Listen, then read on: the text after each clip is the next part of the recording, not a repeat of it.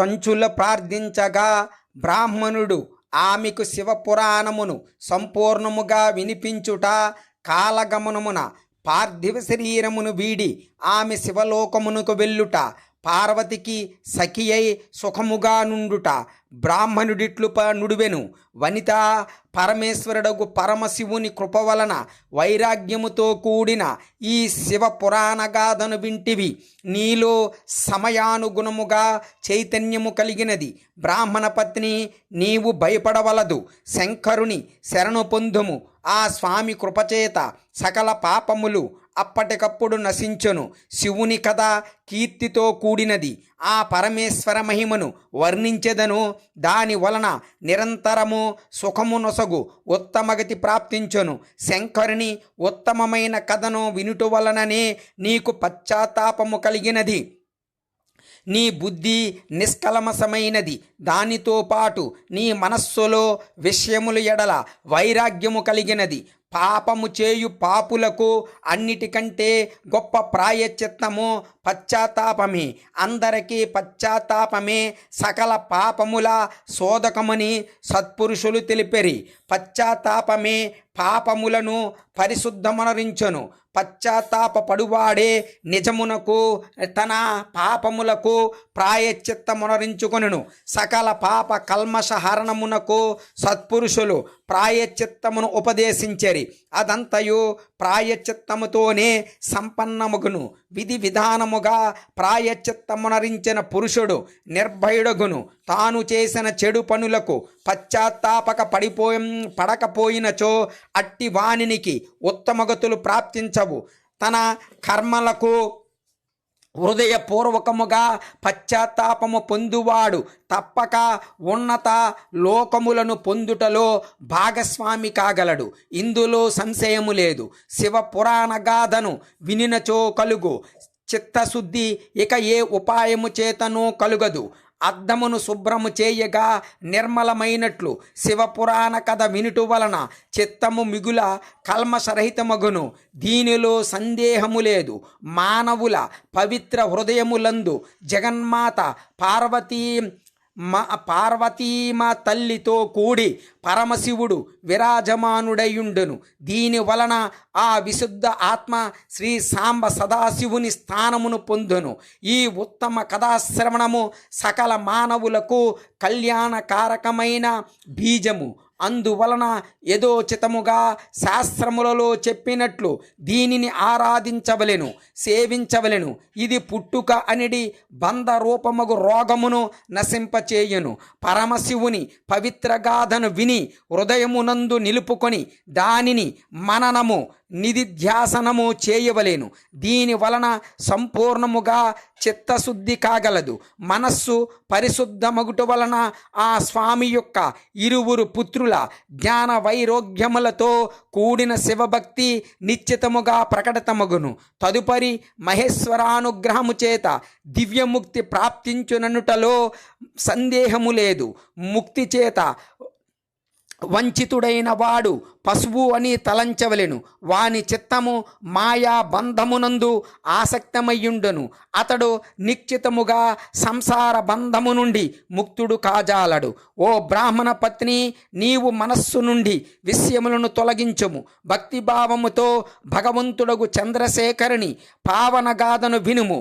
పరమాత్ముడగు శంకరుని గాథను వినుట వలన నీ చిత్తము పరిశుద్ధమగును. దీని వలన మోక్షప్రాప్తియును కలుగును. పరమశివుని శరణారవిందములను భజించువానికి ఒకే జన్మలో ముక్తి కలుగును. ఇది సత్యము. నేను సత్యమును చెబుతున్నాను. సూత మహర్షి ఇట్లు నుడిబెను.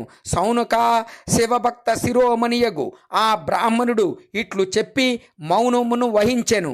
ఆయన హృదయము కరుణార్థమయ్యెను. నిష్కలంకమైన మనస్సు కలిగిన ఆ మహానుభావుడు శివధ్యాన నిరతుడయ్యెను. అప్పుడు అప్పుడు బిందుగుని పత్నియగు చెంచుల మనస్సు ఆనంద డోలికలలో ఊగుచుండెను. బ్రాహ్మణుని ఉపదేశమును వినిన ఆమె నేత్రములలో ఆనంద బాష్పములు తొనికిసలాడుచుండెను. ఆ బ్రాహ్మణ పత్నియగు చెంచుల ఆనందాతిరేక హృదయముతో ఆ బ్రాహ్మణ శ్రేష్ఠుని పాదములపై బడి వినయ భావముతో చేతులు జోడించి బొంగురువోయిన గొంతుకతో శివభక్తుడగు బ్రాహ్మణుని శ్రేష్ఠునితో ఇట్లు పలికెను. చెంచుల నుడివెను, బ్రాహ్మణ దేవా, శివభక్త శిరోమణి స్వామి, మీరు ధన్యులు. నిరంతరము పరోపకారమునందు నిరతలు, శ్రేష్ఠులైన సత్పురుషులలో ప్రశంసార్హులు. సాధు పుంగవా, నేను నరకమును సముద్రములో మునిగిపోవుచున్నాను. దయతో నన్ను ఉద్ధరింపుడు, తరింపజేయుడు. పౌరాణిక అర్ధతత్వముతో నిండినట్టి సర్వాంగ సుందరమైన శివ పురాణ గాథను వినిన నా మనస్సున వైరాగ్యము కలిగినది. ఈ శివపురాణమును వినవలయునను ఉత్కంఠ శ్రద్ధ నా మనస్సులో అంతకంతకు అధికమగుచున్నది. సూతుడు పలికెను. ఇట్లు పలికి చేతులు జోడించి ఆ బ్రాహ్మణునకు ప్రణమిల్లి అతని అనుగ్రహమునకు ఆమె పాత్రురాలయ్యెను. ఆ శివపురాణమును వినవలెనను కోరిక ఆమెలో క్షణక్షణము వృద్ధి చెందుచుండెను. అందువలన ఆమె ఆ బ్రాహ్మణోత్తముని సేవలో తత్పురురాలయ్యి అచటనే వసింపసాగెను. తదుపరి శివభక్తులలో శ్రేష్ఠుడు పరిశుద్ధ మనస్కుడు అయిన ఆ బ్రాహ్మణ దేవుడు అదే స్థలములో శివపురాణ ఉత్తమ కథను ఆమెకు వినిపించెను. ఈ విధముగా గోకర్ణమను ఆ పుణ్యక్షేత్రమందు ఆ బ్రాహ్మణోత్తముని చేత పరమపద ప్రదాతయగు శివపురాణ గాథను ఆమె వినెను. అది భక్తి జ్ఞాన వైరాగ్యములను పెంపొందించున్నది. ముక్తిదాయకము మహోన్నతమగు ఆ కథను విని ఆమె మిగుల కృతార్థురాలయ్యెను. ఆమె చిత్తము శీఘ్రముగానే పరిశుద్ధమయ్యెను. పరంధాముడగు శివుని సగుణ రూపము ఆమె మనస్సు చేత ఆరాధింపబడుచుండెను.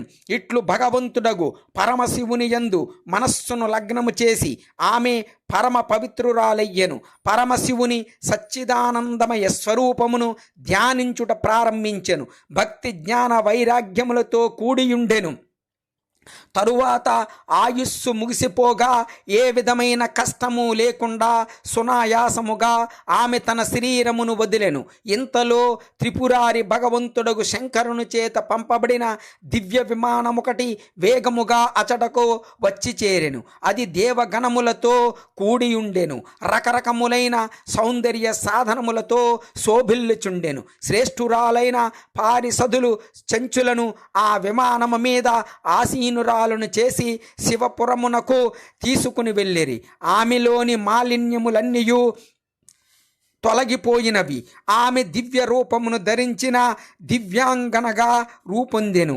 దివ్యమైన ఆమె అవయములు ఆమె శోభను ఇనుముడింపచేయుచుండెను. మస్తకమునందు అర్ధచంద్ర ఆకారము గల కిరీటమును ధరించియుండెను. గౌరవర్ణము గల ఆ దేవి శోభలొలికెడి దివ్యాభరణముల చేత విభూషితురాలయ్యుండెను. కైలాసమును చేరి సనాతన దైవము త్రినేత్రధారీయగు మహాదేవుని దర్శించెను. ముఖ్యులైన దేవతలందరూ ఆమె సేవయందు నిరతులయ్యుండెరి. గణేశుడు, భృంగి, నందీశ్వరుడు, వీరభద్రుడు మొదలగు వారు ఆ తల్లి సేవలో అచట భక్తిభావముతో ఉపవిష్టులయ్యుండెరి. వారి అవయవ కాంతులు కోట్ల కొలది సూర్యులతో సమానముగా ప్రకాశించుచుండెను. కంఠమునందు నీలి వర్ణముతోనున్న గుర్తు శోభాయమానమగుచుండెను. 5 ముఖములు, ప్రతి ముఖమునందు 3 నేత్రములు దేదీప్యమానములగుచుండెను. మస్తకమునందు అర్ధచంద్రాకార మొకటము విరాజిల్లుచుండెను. ఆ స్వామి తన వామాంగ భాగమున గౌరీదేవిని కూర్చుండబెట్టుకునెను. ఆమె విద్యుత్ పుంజము వలె ప్రకాశించుచుండెను. గౌరీపతియగు మహాదేవుని కాంతులు కర్పూరము వలె గౌరవర్ణ విలసితములు. ఆ స్వామి శరీరమంతయు తెల్లని భస్మముతో బాసిల్లుచుండెను. తెల్లని వస్త్రములను ధరించియుండెను. ఈ విధముగా అనగా మహోజ్వలుడైన భగవంతుడగు శంకరుని దర్శించి ఆ బ్రాహ్మణ పత్ని చెంచుల మిక్కిలి ప్రసన్నురాలయ్యెను. ఆమె అత్యంత ప్రేమతో మిగిల ఉత్కంఠతతో భగవంతునికి మాటిమాటికి నమస్కరించుచుండెను. తదుపరి చేతులు జోడించి అత్యంత ప్రేమానందములతో వినీతయై నిలుచుని ఉండెను. ఆమె నేత్రముల నుండి ఆనంద బాష్పములు ఎడతెగకుండా స్రవించుచుండెను. శరీరమంతయు రోమాంచమగుచుండెను. అప్పుడు భగవంతురాలగు పార్వతీదేవియును భగవానుడి శంకరుడును ఆమెను ప్రేమతో తమ దగ్గరకు పిలుచుకునిరి. సౌమ్య దృష్టితో ఆమె వైపు చూచిరి. దివ్య రూపధారిణియగు బిందుగుని పత్నియగు చెంచులను ప్రేమతో పార్వతీదేవి తన ఇష్టసఖిగా చేసుకునిను. సనాతన ధర్మమునకు నిలయమైన కైలాసమునందు నివసించుచు దివ్య సుఖ సంపన్నమైన అక్షయ సుఖములను చెంచుల అనుభవింపసాగెను.